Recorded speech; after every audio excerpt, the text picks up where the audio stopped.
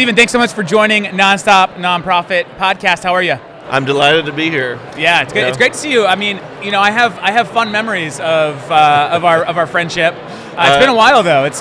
We were in Cancun together. Cancun. That was mostly what our friendship is based on. Is a week in Cancun. that moment, and then randomly at these conferences. Yeah. But I'd love to. You said something when we were talking, sort of like when at Virtuous, it's like walking into an industrial. What was the exact industrial generosity? Generosity, complex. Unpack that a little bit because I think that's super interesting, and it seems like a big part of the culture at Virtuous. One of the things that has been made clear to me, like since I joined the team at Virtuous, is that generosity is kind of like that single issue that we're mostly focused on.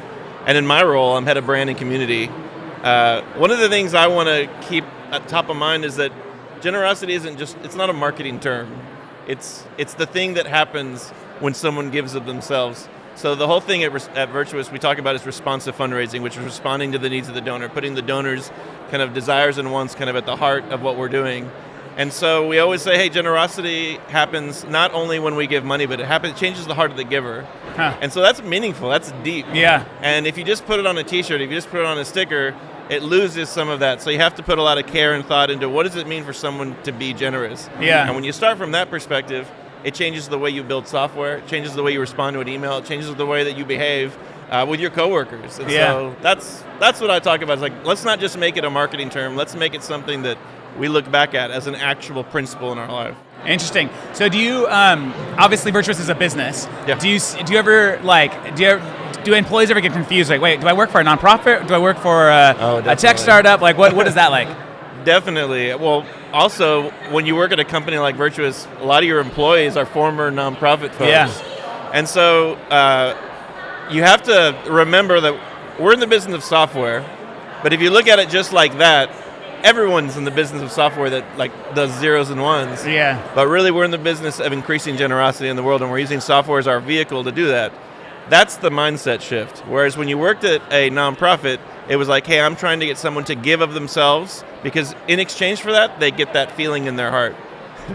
Well, at software business, they're actually getting efficiency. They're getting saved time. They're getting fewer headaches. So the things like when you talk to fundraisers and marketers that work at nonprofits, so much of it is like, oh gosh, I have to run this report, I have to do all that. It's like, what if we could remove that angst from your life, or at least minimize it in some way? And in my history, I've been in nonprofit fundraising software pretty much for the past 20 years. That's the moment where I get that, like I hear someone expressing the pain points, and to know you can help make their lives better, that's awesome. So like I'm not the one going out and helping feed the orphans. Yeah. But if I can shorten the distance between someone who's like motivated to do that with their life by removing all this anxiety from their technological existence, that's awesome. That makes me feel great. Yeah. And at Funraise, often talk about it is we have the opportunity to help organizations accelerate their mission faster with good tech. But I'm curious, like as in the sort of like community and brands role at Virtuous, Virtuous is a fast-growing company. Like, is there a lot of internal branding that you have to do to maintain? Because, like, when you're growing fast, you obviously have a culture of sales, wanting to get deals done. And so, how at odds is this like idea of generosity and growing at lightning speed? Or have you guys found a good balance there with internal efforts? It's always a balance. Yeah. Because you could make it akin to your own personal life. Like you want to have a strong communication and relationship with your family, with your spouse, with your children. But sometimes work can get all-consuming, and you're like, boy, I've been sitting at my laptop all day, and I haven't even stopped to check in with, Shelly, my wife. You have to find that balance, and so one of the levers that I always try to have our team pull is transparent communication and over-communication. And all this is kind of girded around this idea of clarity. Because the reason people get frustrated is when they feel confused. Huh. And if you don't know what I'm a new hire at Virtuous. What do I do now? That's confusion.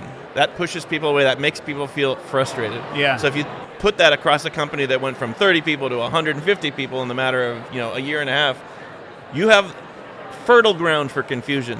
So that's why I lead with we over-communicate, we communicate clearly, and we communicate transparently.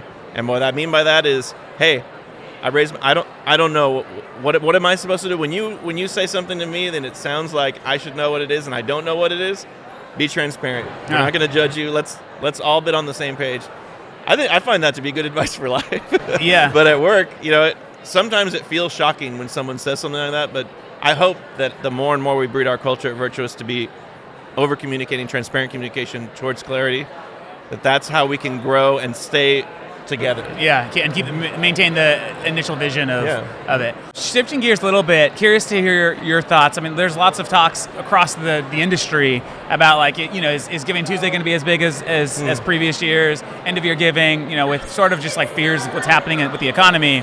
What's your guys' sense at Virtuous of what you think is going to happen? Are you guys seeing it impact giving? No, definitely giving seems to be continuing to be on the rise, but that doesn't mean Giving Tuesday is going to be big or little. Yeah. One of the things that I always find really encouraging from a moment like this is that whether or not the economy is good or bad, people are eager to help. Yeah. Whether they give $5 or $5,000. And I think that's where it happens. And so if Giving Tuesday, let's imagine the numbers were down. Well, if the economy is down, that might make sense. But that doesn't, what I like to look at is how much generosity is occurring. One of the things that I consider sort of a crisis is that we're seeing the mid-level and smaller donors kind of evaporate in exchange for like, hey, Jeff Bezos gave $1 billion to something. Yeah. That's not increasing generosity. So I like to see how many gifts are being given, what's the average gift size. Those are kind of the numbers I like to see, and I see those continually going up amongst our customers at least. That's awesome. That's good to hear. I've got some rapid fire questions for you. Okay. There's no right or wrong answer. There's maybe some more that are right than wrong, but we'll leave that up to you. All right, so these are for fun. Digital reading or an actual book? Audiobook. Audiobook, yeah. I'm with you on that. Pizza or salad? Pizza. Come on, that's I like just the utter, you were so offended about that. That's awesome. Beach or the mountains? Ooh. I'm going to go with beach. Beach. The rest of your life, live in the beach or in the mountains? Beach. I think that's it. Yeah, that's also easy. California. There you go.